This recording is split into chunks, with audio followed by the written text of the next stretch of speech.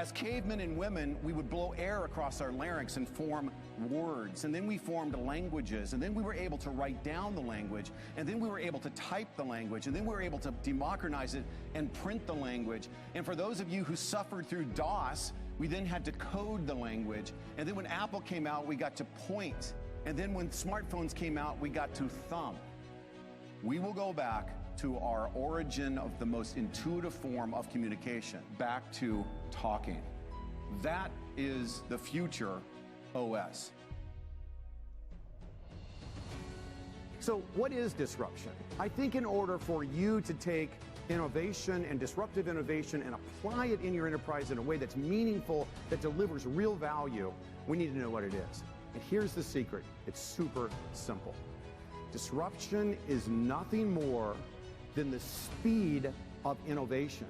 40 years ago, when I started in healthcare, I started as a medical technologist. One of my first innovations was one of the world's smallest medical implants for the treatment of ocular surface disease that installs into the vertical puncta. And it was interesting that back in those days, if you developed a technology, you would expect it to last, 16 years. Right now, most medical devices, are 16 months. Right? The lifespan and the life cycle has really collapsed. So we have to invent much quicker. We also have to invent bigger things. And we need to leverage digital ubiquity, connection architecture, enabling technologies to really invent things that ultimately impact the quality and access to patient care. And I'll give you some examples of that today. Now, the problem is, and it's a real problem, and I sense that it might be one here as well, is that we have been trying to fix the broken healthcare system through incremental innovation. Since there's a lot of savvy investors in here, I'll give you the investment analogy. When we look at innovation, we want to invest in incremental innovations that provide a small yield. But we also need landmark innovations that provide higher degrees of risk but higher yield. And then we also want to invest in breakthrough innovations that provide even greater opportunities with a proportionality of risk. But you'll see today that the real opportunities, in addition to having this balanced portfolio, is to also invest into disruption. And the best way to look at disruption, I think Picasso described it best, is that disruption is really about destruction. It's about destruction, right? In other words, he famously said that every act of creation is first an act of destruction.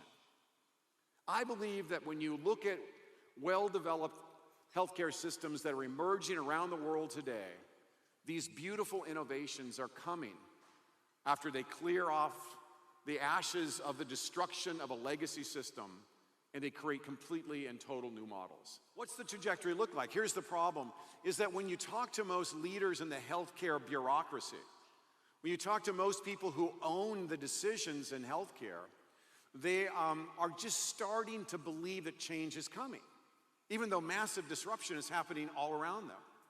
Then eventually, they start to deny it. And I find that one of the common symptoms of denial is that they have this sort of hyper-internal focus. I've recently coined a term that I call disruption dysphoria, which is the state of mind to literally hardwire into your intellectual belief system that change doesn't happen. So it actually changes the way we get news and the way in which we gain access.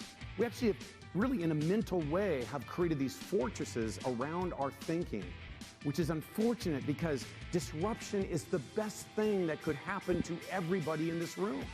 It is the ultimate mother of all quivers that we can pull from to innovate. The provocative thing that I want to suggest is that disruption is good. But I'm not the only person that believes in the power of customer experience. It turns out that 89% of the top brands in the world are going to use CX innovation as the primary way that they drive growth, profitability, and sustainability in their enterprise model. If we want to protect ourselves for the future against the trends that Kermit was talking about yesterday, we have to be customer experience ninjas. When you're on your smartphone and you want to buy something on Amazon, you have to take your index finger and you have to look at the object you want, and then you gotta move your finger up to the corner and put it in the shopping cart. Like, am I retired? I'm going to get carpal tunnel syndrome doing that, right? So what did Amazon do? Buy with one click. That cost me like $7,000 last month. Yeah, I just buy stuff, right? If we can leverage disruption and believe that we're those innovators, and leverage the superpower of hyper-consumerization, of connection architecture, enabling technologies, and new economic and value models, if we can pay attention to those things, we can actually institutionalize that in our business. We can really do this stuff. Again, if I can do it, anybody can. We realize that the pedal is to the metal. We have accelerated innovation in an incredible way, partly because we've democratized it and we've enabled it through emerging technology and connection architecture. The other thing is the sheer size of innovation is huge. It is absolutely amazing. And what I'm going to share with you today are some examples of how we are using disruptive innovation to destroy lameness, and hopefully that's nobody in this room, and replace it with something that my 13-year-old daughter would call delicious. My encouragement here is destruction. Destroy what's lame and replace it with what's beautiful. Make the decision to be those disruptors.